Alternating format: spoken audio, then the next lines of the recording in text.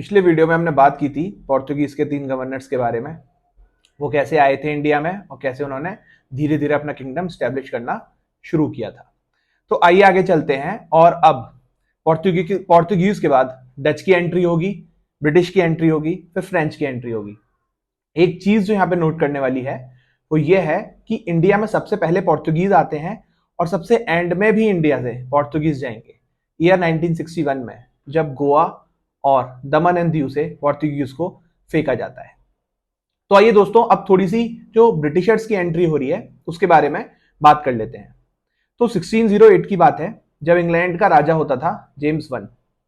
वो बोलता है हॉकिंस से कि आप भाई इंडिया जाओ, देखो ये पोर्तुगीज को देखो और लोगों को देखो कितना इंडिया से रेवेन्यू ला रहे हैं, आप भी जाओ। और उस वक्त इंडिया का राजा था जहांगीर, नॉर्थ इंडिया का बेसिकली जो सेंट्रल पावर थी वो जहांगीर के पास थी। तो हॉकिंस जहांगीर के कोर्ट पे आता है और सबसे इंपॉर्टेंट दो चीज, एक तो वो टर्किश लैंग्वेज में बात करता है और दूसरा उसकी बेटी की तबीयत खराब होती है तो उसका भी इलाज करता है।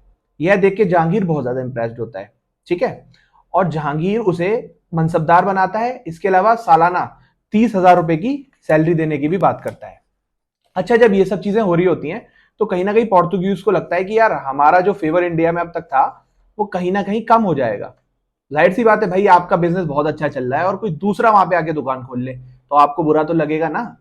वही होता है पोर्तुगीज के साथ। तो अब पोर्तुगीज क्या करते हैं, जब भी ब्रिटिश की शिप आती है उन्हें रोकने की कोशिश करते हैं, समुद्र में अंदर नहीं आने देते हैं।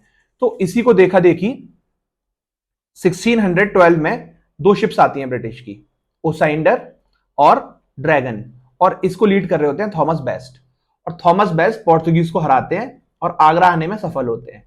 यह देख जहांगीर और भी ज्यादा इंप्रेस होता है। वो कहता है भाई इनके पास तो यूरोप मतलब ब्रिटिश के पास तो बहुत अच्छी नेवल पावर भी है, चलो इनसे तो दोस्ती करते हैं, ठीक है। तो अब यहां दो फैक्ट्री सेटअप करेगा ब्रिटिश, एक तो 1612 में मसूलीपट्टनम में और 1613 में सूरत में। 1613 में जो फैक्ट्री सेटअप होगी वो थॉमस एल्वर्थ के द्वारा की जाएगी, ठीक है। अब बात करते हैं कि पोर्तुगीज की पावर कहीं ना कहीं डिक्लाइन क्यों हो रही है। तो सबसे पहला रीजन, पोर्तुगीज ना फोर्टिफिकेशन शुरू कर रहे हैं इंडिया के अंदर आके। दूसरी बात, वो धर्म परिवर्तन कराना चाह रहे हैं। तीसरी बात, बंगाल में उन्होंने पायरेसी का हब बना लिया है पूरे इंडियन ओशन में। और मुगल्स और जो इंडिया के रूलर्स हैं उनकी शिप को भी रोकते हैं, हफ्ता वसूली वगैरह करते हैं। और चौथी सबसे खराब बात, वो क्या करते थे, हिंदू और मुस्लिम के बच्चों को स्लेव ट्रेड की तरह यूज करते थे। तो ये सब देखा देखी शाहजहां जो जहांगीर के बाद आता है वह पोर्तुगीज के साथ मोर्चा खोल देता है और पोर्तुगीज की खूब पिटाई लगाता है।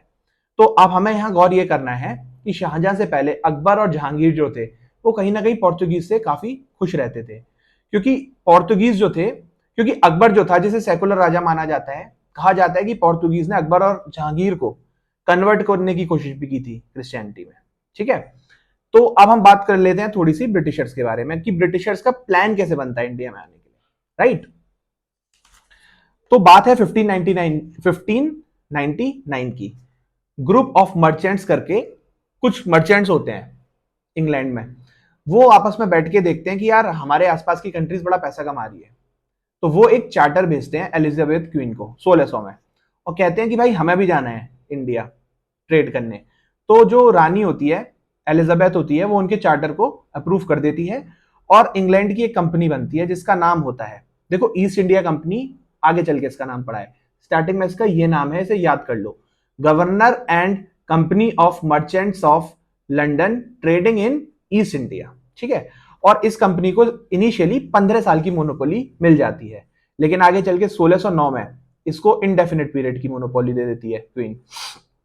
तो अब यही आगे चल के आपकी ईस्ट इंडिया कंपनी बनेगी, ठीक है। अब हम बात करते हैं इंग्लैंड की। हाँ, तो अब देखो इंडिया में इंग्लैंड आ चुकी है, मतलब ब्रिटिशर्स आ चुके हैं। अब ब्रिटिशर्स कैसे कैसे अपनी जो पोजीशन है उसे स्ट्रॉन्ग करेंगे। तो 1632, ठीक है, 1632 में गोलकोंडा का एक नवाब होता है, वो इन्हें गोल्डन फरमान देता है ब्रिटिशर्स को और कहता है मद्रास में फ्री ट्रेडिंग करिए, बस आप मुझे साल के कुछ पैसे दे दिया करिएगा, ठीक है। एक तो ये इंपॉर्टेंट चीज हो गई। दूसरा 1662, इसमें क्या होता है, जो किंग चार्ल्स होता है ब्रिटिश मतलब यहाँ का, हाँ ब्रिटिश का, इसको ना बॉम्बे पोर्तुगल वाले गिफ्ट में दे देते हैं, क्योंकि ये पोर्तुगल के यहाँ अपनी मतलब शादी कर लेता है एक पोर्तुगल प्रिंसेस से। दूसरा ये हो गया। और तीसरा बंगाल की में हम आएंगे तो बंगाल का भी जो राजा होता है, गवर्नर ऑफ बंगाल शाह शुजा, वो 1651 में वो सालाना 3000 के रुपए लेकर वह भी अपनी जमीनें मतलब एक तरीके से ल्यू पे दे देता है ब्रिटिशर्स को कि आप मुझे अपना प्रॉफिट दीजिए और सालाना 3000 रुपए अलग से दीजिए और आप भी यहाँ ट्रेड करिए। तो आप देख सकते हैं इंडिया की 3 प्रमुख जगहों पे एक तरीके से ब्रिटिशर्स को ट्रेड करने की आसानी से हामी मिल चुकी है। ठीक है, तो अब बात करते हैं कि डच कब आता है इंडिया में। तो मैंने जैसे बताया सबसे पहले आएगा पोर्तुगीज, फिर आएगा डच, फिर ब्रिटिश, फिर फ्रेंच। डच आते हैं 1605 में, पर डच की ना बहुत ज्यादा कोई खास कहानी नहीं है इंडिया के अंदर। वो 1605 में आएंगे, यहाँ पे अपनी फैक्ट्री स्टैब्लिश करेंगे मसूलीपट्टनम में। डच की पहली फैक्ट्री मसूलीपट्टनम में आती है।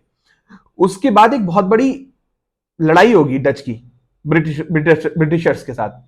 वह लड़ाई होती है 1759 में, जिसे बोलते हैं बैटल ऑफ हुगली या बैटल ऑफ बेदारा। और इस लड़ाई के बाद परमानेंटली डच इंडिया से चला जाएगा। कहा यह भी जाता है डच और ब्रिटिश में आपस में समझौता हो गया था कि भाई आप इंडिया वगैरह को देखो और हम इंडोनेशिया वगैरह यहाँ पे देखते हैं, क्योंकि ये यूरोपियंस कहीं ना कहीं कॉलोनीज बना रहे थे। तो इनको भी पता था कि हम अगर आपस में ही लड़ेंगे तो हमारा कैसे काम चलेगा, हमें तो पूरी दुनिया से इंटरेस्ट लेना है, हमें तो पूरी दुनिया से फायदा लेना है। ठीक है, तो दोस्तों ये तो मैंने इस वीडियो में आपको जो बताया है ये सिर्फ बेसिक है कि कैसे ब्रिटिश आता है, कैसे डच आता है, कैसे पोर्तुगीज और ब्रिटिशर्स में अब आगे चल के आप देखेंगे कि धीरे धीरे लड़ाई होगी और सब अपने अपने हिस्से बांटेंगे। आगे चल के जो वीडियो आएगी उसमें मैं बात करूंगा बैटल ऑफ प्लासी की, ठीक है, उसके अलावा फोर्ट विलियम की, और फ्रेंच कैसे इंडिया में आएगा, और फ्रेंच और ब्रिटिश के बीच में जो वॉर्स होंगे, क्योंकि वो कहीं ना कहीं बहुत इंपॉर्टेंट है।